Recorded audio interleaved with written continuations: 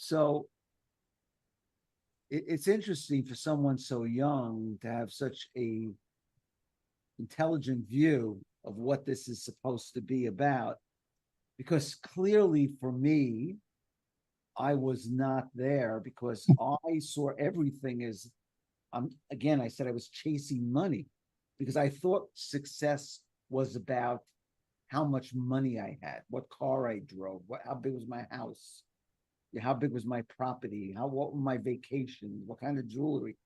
All that, frankly, is bullshit. It took my whole life to get to that point. Yet I find my children, and who are your age, okay, see it the same way. It's about, I want a happy, healthy existence. The money is important. Don't get me wrong. You still got to pay your bills. But do you need 3,000 square feet of a home, okay, to be happy?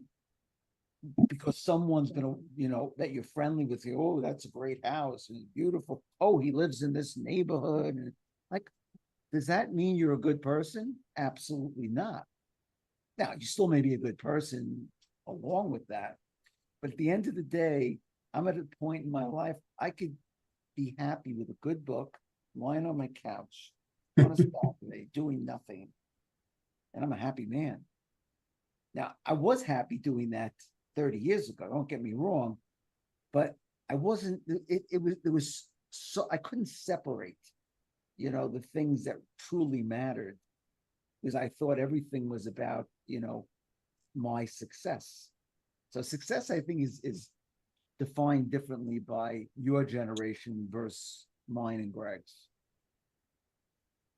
Well, and I think it's certainly individualized, right? I think maybe when you and I were growing up, Keith, success was kind of defined for us, where Yeah, I think the next generation is really defining success for themselves.